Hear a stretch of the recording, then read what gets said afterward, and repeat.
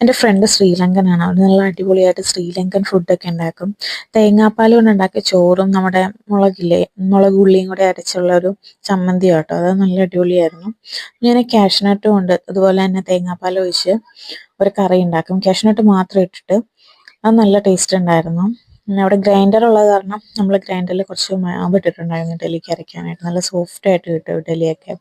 വഴുതനങ്ങ ഒരു കറി വെക്കുന്നത്, വഴുതനങ്ങ എണ്ണയിൽ നന്നായിട്ട് പൊരിച്ചെടുത്തിട്ട് അതിൻ്റെ കൂടെ തന്നെ മുളകും പൊരിച്ചിട്ടാണ് ഒരു കറി ഉണ്ടാക്കുന്നത്.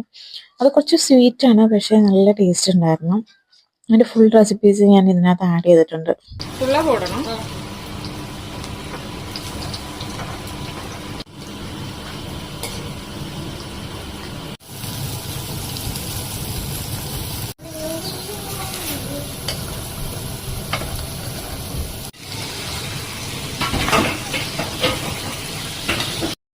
ചിക്കൻ കറി നോർമലി നമ്മൾ ഉണ്ടാക്കുന്ന പോലെയൊക്കെ തന്നെ, പക്ഷെ കുറച്ച് മസാല ഡിഫറെൻ്റ് ആണ്, അതുകൊണ്ട് നല്ല ടേസ്റ്റ് ഉണ്ടായിരുന്നു.